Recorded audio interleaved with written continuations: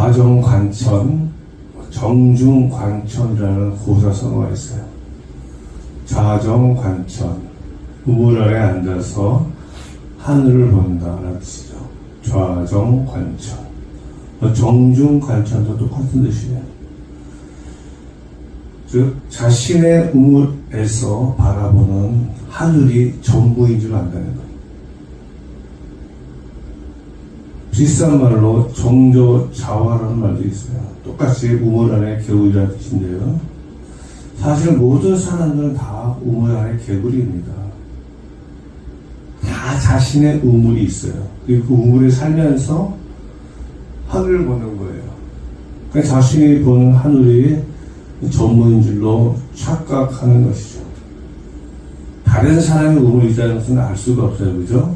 우물 안에는 각자 있으니까는 다른 개구리는 다른 우물에 있다는 걸 모르는 거예요. 자신이 살고 있는 우물에서 하늘을 보면서 그것이 전부인 것처럼 착각하는 것이죠. 사람들이 이렇게 어리석다는 것이죠. 어리석은 사람들이 있어요. 자신이 살고 있는 우물이 세상의 전부인 줄 아는 사람들.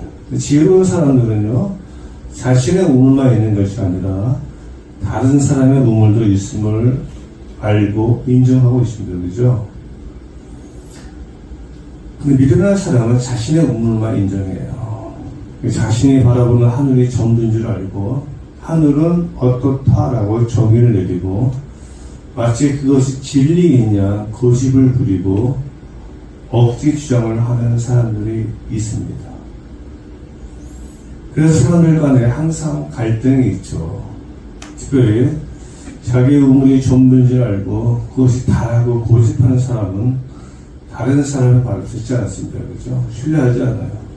내가 보는 하늘은 파란색인데 너는 왜 하늘이 회색이라고 하느냐고 합니다. 그러면 너는 믿을 수 없어. 나는 분명히 내가 바라보니까 하늘이 파란색이야. 너는 회색이라고 하니까 너 어떻게 믿니? 근데 구름이 끼면은 회색이고요. 안 끼면 파란색이죠. 내가 하늘을 바라봤는데 마치 구름이 없어. 파란색 보이는데 저쪽 우물에서 봤는데 구름이 껴서 회색으로 보이는 거예요. 근데 그것이 마치 하늘의 전부인 것처럼 주장하는 것이죠. 하늘은 맑게 긴 날도 있고 때로는 뭉게 구름도 있고 때로는 먹구름도 있어요. 전부를 보는 사람, 그런 사람이 지혜로운 사람이죠.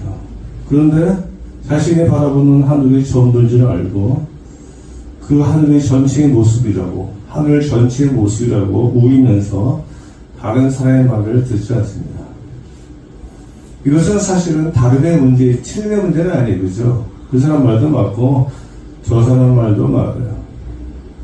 근데 사람들이 다른의 문제를 틀림의 문제로 생각하고 서로가 서로를 불신하며 이로 인해서 오해가 생기는 경우들이 많습니다. 많은 오해들이 서로 신뢰하지 못하는 것에서 불신에서 오는 것이죠. 그렇죠? 신뢰하면 오해가 없어요. 신뢰하는데 오해가 생길 수가 있습니까? 신뢰하지 못하는 말미암아서 가족 간에도 공동체 안에서 갈등이 생깁니다. 여러분 가족의 말들을 신뢰합니까? 신뢰하는 게 당연하죠. 기본이죠. 남편이 말하는 것을 그대로 신뢰하고 항상 의심의 눈치로 바라보면 뭡니까? 의구증이죠. 의처죠. 자연스럽게 말하는 것을 듣는데 야 저런 새끼 맨날 그 질문만 해. 이게 가족의 모습이 아니죠. 엄마 아빠가 말하는데 엄마 아빠 말을 믿을 수가 없어요? 문제가 있는 가족입니다. 정상적인 가족은 그 가족 구성원이 말하는 것을 다 믿어주는 것이 정상적인 가족. 그리고 믿어주고 신뢰할 때 그 가정 안에 평화가 있고 화평이 있고 사랑이 있어요. 그죠? 늘 불신의 눈으로 서로를 바라보면은 완전히 이제 그거는 콩가루 집안이죠.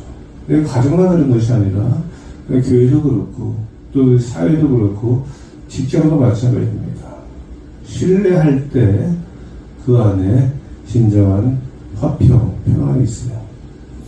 오늘 본문의 내용은 사울이 아주 노골적으로 다윗을 죽이려 하는 그런 장면인데요. 사울은 사울의 모든 신하들과 요나단에게 다윗을 죽이라고 명령합니다. 1절 말씀입니다. 사울의 그 아들 요나단과 그의 모든 신하에게 다윗을 죽이라 말하였더니, 이제 작심하고 사울이 다윗을 죽이려고 합니다. 그러자 사울의 아들이자 다윗의 절친, 본문에도 나와 있지만 다윗을 좋아하는 요나단이 이 얘기를 듣고 다윗에게 이 비밀을 알려줍니다. 1절 하반절로 3절인데요. 사울의 아들 요나단이 다윗을 심히 좋아하므로, 그죠? 이게 이 사이에서 아버지 사울과 친구 다윗 사이에서 요나단이 얼마나 갈등을 했을까? 자기는 다윗을 정말 좋아하고 목숨처럼 좋아하는데, 아버지 사울을 이 친한 자기 친구 다윗 죽이려고 합니다. 나도 이런 갈등하게 속에서 다윗이 요나단이 이야기합니다. 그가 다윗에게 말하여 이르되 내 아버지 사울이 너를 죽이기를 꾀하시느니라. 그러므로 이제 청하노니 아침에 조심하여 은밀한 곳에 숨어 있으라. 내가 나가서 내가 있는 들에서 내 아버지 곁에 서서 내 일을 내 아버지와 말하다가 무엇을 보면 내게 알려주리라 하고 요나단이 머리를 굴리는 거예요. 자기 아버지 사울이 다윗을 죽이려고 하니까는 자기 아버지하고 이야기하고 있다가 낌새를 잘 밟혀서 혹시 너를 죽이려고 한다면 내가 너한테 알려줄게 이렇게 이야기를 해요. 그죠? 그리고 요나단은 자기 아버지 사울을 찾아가서 설득을 합니다. 거기 4절과 5절인데요. 요나단이 그 아버지 사울에게 다윗을 칭찬하여 이르되 자기 아버지 사울의 다윗을 칭찬합니다. 원하건대 왕은 신하 다윗에게 범죄하지 마옵소서. 그는 왕께 득죄하지 아니하였고 그가 왕께 행한 일은 심히 선함이니이다. 그가 자기 생명을 아끼지 아니하고 블레셋 사람을 죽였고 여호와께서는 온 이스라엘을 위하여 큰 구원을 이루셨으므로 왕이 이를 보고 기뻐하셨거늘 어찌 까닭없이 다윗을 죽여 무지한 피를 흘려 범죄하려 하시나이까. 이 요나단의 말 틀린 게 하나도 없어요. 그죠? 이런 말로 자기 아버지 사울을 설득합니다. 그래서 사울이 이 말을 듣고 6절 사울이 요나단의 말을 듣고 맹세하되 여호와께서 살아계심을 두고 맹세하거니와 그가 죽임을 당하지 아니하리라. 이 사울의 말이 진실인지 거짓인지 알 수는 없지만 아무튼 사울이 이렇게 이야기하고 있어요. 분명하게 맹세한다. 그것도 하나님의 이름으로 두고 맹세하는데 난 절대로 다윗을 죽이지 않을 거야. 이렇게 이야기를 해요. 그래서 요나단이 이 말을 듣고 다윗에게 알려줍니다. 7절 말씀. 요나단이 다윗을 불러 그 모든 일을 그에게 알리고 요나단이 그를 사울에게로 인도하니 사울 앞에 전교까지 있었더라.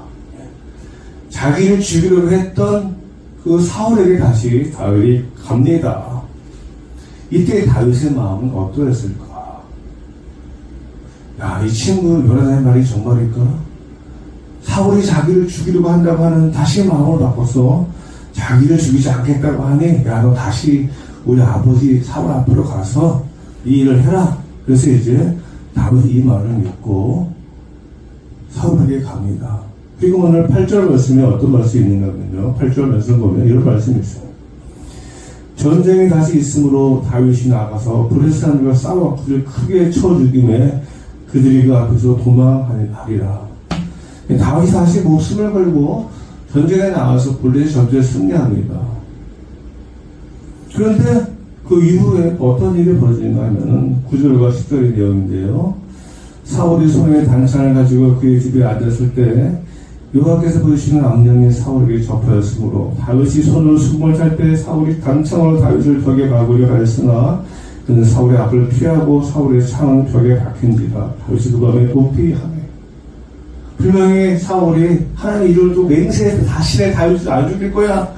이렇게 해서 다시 다윗이 사울 앞에 가고 또 이제 그 블레셋의 전투에까지 나가서 목숨 걸고 싸워서 이기고 돌아왔는데 그리고 이제 또 사울이 악령이 들어서 정신이 나가서 또 다윗이 수금을 타면서 악령을 쫓으려고 하는 그 상황 속에서 다윗을 죽이려고 단창으로 던지는 거예요. 다시 다윗이 도망을 합니다.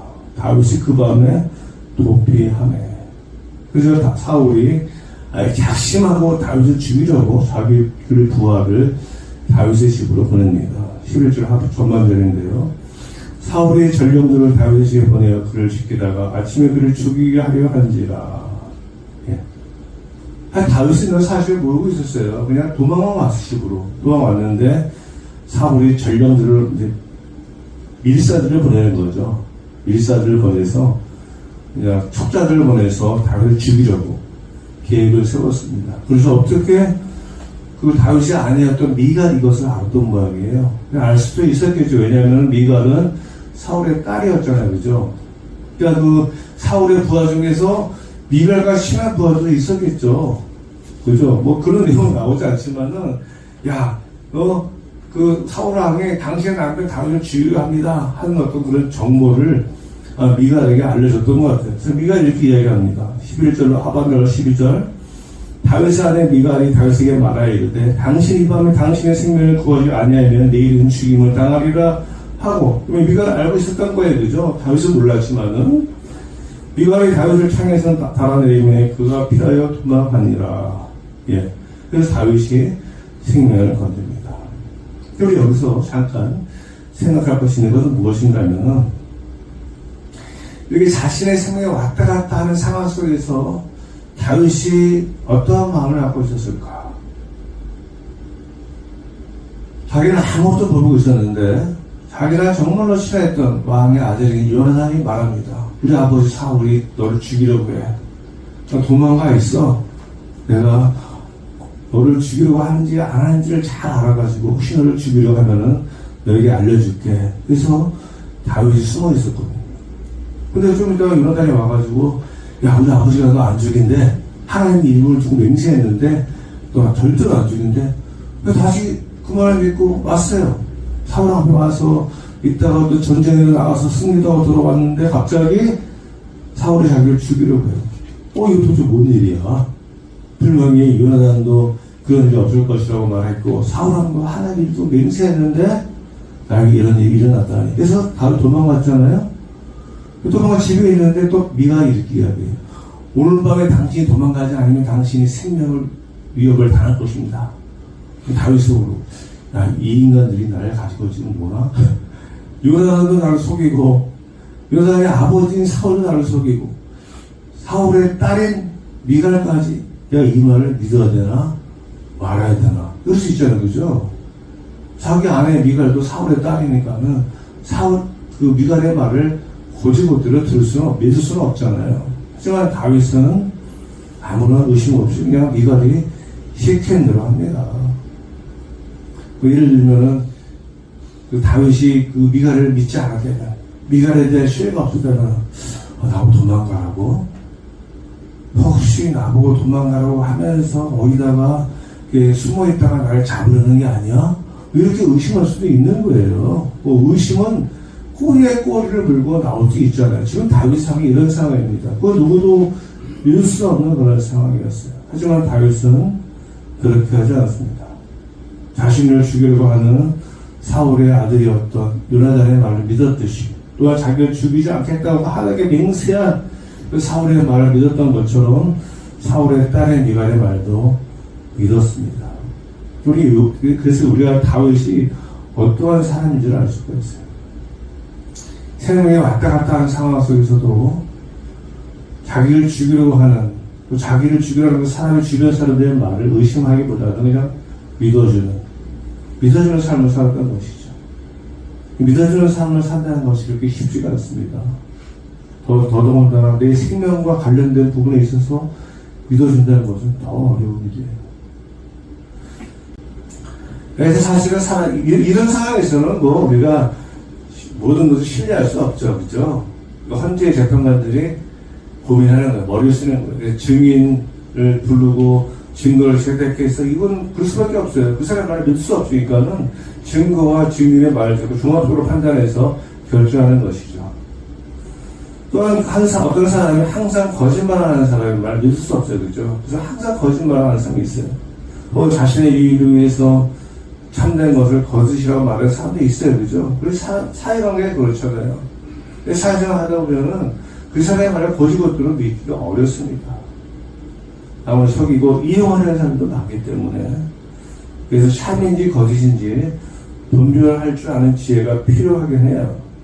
그러나 그렇지 않은 일반적인 상황이라면 그 사람의 말을 믿어주는 것이 필요합니다. 신뢰하는 것이 필요해요. 일반적인 상황 속에서는 의심의 눈초리로 막 바라보고 나가는 것이 아니라 그 사람의 말을 고지고대로 믿어주는 거. 이것이 사실 당연한 거예요. 불편하죠. 그죠? 믿지 못하면, 불신하면 우리 마음속에 평강이 없어요. 보면 공동체 안에 평강이 없죠? 앞서 말씀드린 것처럼 가족과 서로 신뢰하지 못하면은 그 안에 무슨 평안이 있겠어요? 부부 사이에 신뢰하지 못하고 부모와 자녀 사이에 신뢰하지 못하면 믿어주는 게 참 중요합니다. 서로 믿지 못하고 불신하게 되면은 항상 의심으로 가득 차게 되고 그런 공동체는 사실은 지옥이 되는 것이죠. 의부적인 왜 웃으셨습니까? 무서운 병이거든요. 거의 정신병이잖아요. 그죠? 그 안에서 엄청난 파괴가 일어나요. 한 친구가 페이스북에 이런 글을 올렸어요. 사람들은 일반적으로 자기에게 불리한 상황 속에서는 스스로 유리한 대로 말하기 마련이죠. 맞죠? 그죠? 자기에게 불리한 상황 속에서는 스스로 자기에게 유리한 대로 말하게 돼 있어요. 그런데 그저 그렇게 이해하고 받아주는 것이 인간관계가 나빠지지 않은 지혜랄까요? 라고 올려요. 저는 참 이 말에 공감이 됩니다.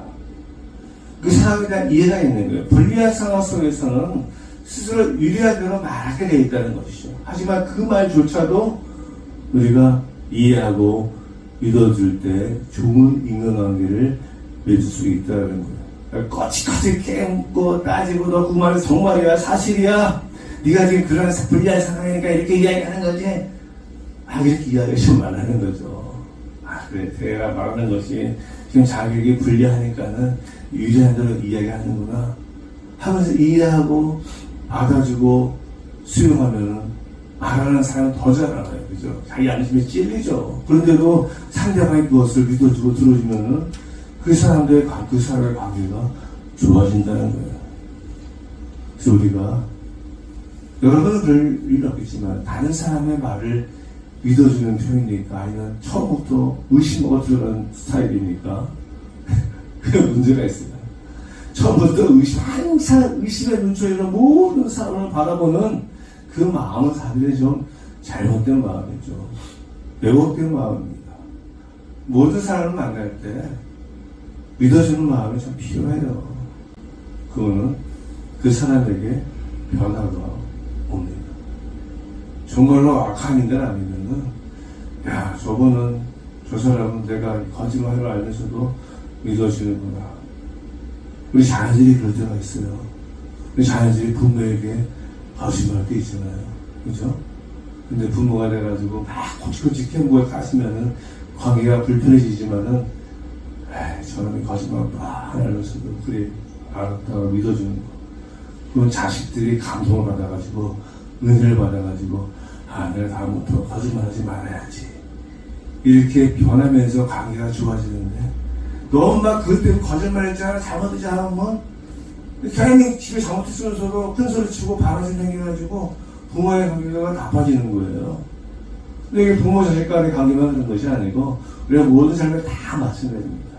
친구 간에도 그렇고 교회 안에서도 그렇고 또 우리 사회생활 하면서도 그렇고 시시비비를 가지는 건 그렇게 좋은 지혜로운 방법은 아니에요. 다윗은 제가 앞서 말씀드린 것처럼 자신의 생명과 관련된 부분에 있어서도 코치코치 깨먹고 따지고 의심하고 불신하지 않았잖아요. 그냥 그대로 믿고 이렇게 행했던 다윗의 모습. 제가 바라기는요. 사실 우리 주변에는 우리 거의 정직하고 진실되게 말하는 사람들이 많지는 않습니다. 자기의 유리함을 위해서 또 이런 어떤 일단 사람과의 관계 속에서 의심하기보다는 신뢰하고 믿고 살아갈 때 우리 안에 오해가 사라지고 또 불신이 사라지는 겁니다. 우리 마음을 그렇게 갖는 게 참 중요한 것 같아요. 모든 사람에 대해서 믿어주는 것, 그런 삶을 살아갈 수 있는 저와 여러분 되시길 간절히 소원합니다. 기도하겠습니다. 하나님 아버지 감사합니다. 우리가 살다 보면 정말로 믿지 못할 그런 사람들이 있습니다. 그런 상황들이 발생할 때가 있습니다. 우리 모든 사회생활 속에서 우리 안에 의심과 불신의 마음이 생기고 이런 말미암아서 오해와 갈등이 생겨서 이 가족이 사회가 평안하기보다는 행복하기보다는 정말 갈등과 어려움 속에서 지내는 경우들이 많이 있는데 우리 마음에 먼저 하나님에 대한 신뢰감을 갖게 해주시고 우선 비록 거짓말을 하는 것 같다 할지라도 믿어지면서 살아갈 수 있는 그런 마음의 소유자 되게 하여 주옵소서. 그래서 우리 모든 가족이나 공동체가 주님 안에서 평안하고 행복할 수 있는 그러한 공동체 되게 하여 주옵소서. 감사드리오며 예수님의 이름으로 기도드렸습니다. 아멘.